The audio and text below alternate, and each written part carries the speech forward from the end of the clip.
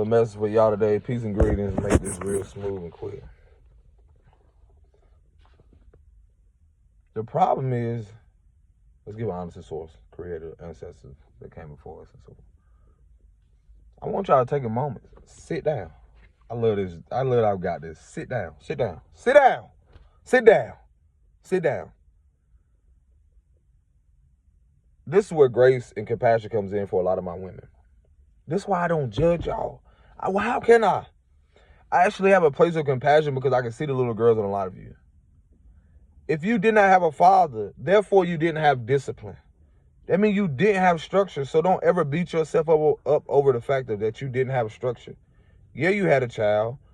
Yeah, you went out there and did things because you didn't have structure, because you didn't know discipline, because you didn't, have the very things that a man or somebody was supposed to show you. Okay. There's compassion. There's love in that. Don't beat yourself up over that. This is what I want you to sit with, though. I want you to sit with the fact of knowing that that was beyond your control. That was beyond your control. And what else I wanted to say? Have a seat. I want you to get this message very clear as I say this. A lot of y'all are in a position in your life where you are afraid for the Most High, God, whatever it is, to weed out the very people that need to be weeded out of your garden. Because they're not nurturing you. And they're distracting you from nurturing yourself. This also goes for men, but I especially want to say this to my women. A lot of you choose to stay stagnant, to stay in certain relationships. Because again, you didn't have discipline to know that, well, I stayed too long. You didn't have discipline to realize like, oh, I signed up for this and I stayed in it too long. Corporation, business, relationship, marriage. And with that, it's the fear of the consequences. But that what was coming to me, like when I was sitting here, I was like, yo, I had to really tell myself, like, I'm ready for things karmically to end, or I'm ready for the very people to be weeded. Imagine, visualize yourself right now as a tulip, a rose, And I really want to instill this in a lot of women because it's very difficult for y'all. Because you one thing about men and having a father is that we're visual first. We process things here. So a lot of you never had the fact of even a man being there and letting you know, like, this is the consequences or this could happen. It's because that's giving you a visual. That's giving you some type of structure.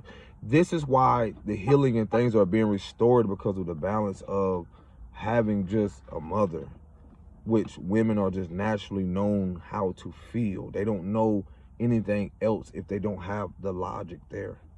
So you're talking about the imbalance of women just knowing how to be feminine, but assert that wounded feminine in a more assertive way, in a wounded way. And so how that can look is me seeing women who it's easily for me to see who didn't have a father, or if they had a father who was not there consistently. See, you can have a mother there presently and she feels, so she's going to give you that emotion and so forth. So for a lot of women, they never had the nurturing from their mothers. So how do they know how to nurture themselves? Which is nurturing your garden, which is nurturing you yourself as a rose. If I can get you to visualize the fact of your life, you're in the garden. You're in the garden, right? Some call it the Garden of Eden. You're in the garden. If I can get you to visualize your life right now, that you are whatever flower you want to be in your life. Now, if you look at whether childhood traumas or whatever you experience, I also want you to visualize that flower limped over, and its leaves withering away, drying away. Why is that? Because you were never taught to nourish and love yourself. You were never taught to hold space. Imagine, I'm giving you like a visual. Imagine that flower, walking around, watering everybody else. Because you were shown so much to water everyone else but yourself. and you're tired. Look at some of your elders. They're like old flowers withering away, because most of their life they've been trying to water everybody but themselves, never turning the pail onto themselves, watering themselves. So they watered everybody. Grandma took on everybody's load. Grandma took on everything. Let me water everybody and wither away. Out there in the garden of their life, watering everybody but themselves, never staying rooted in one spot, so that the gardener, let me give you this visual, the Most High or God comes along and water them. So not only were they wasn't in position to be watered, they decided to water everybody else. So when the Most High comes around, or God comes around and wants to pour into you, you're not nowhere to be found,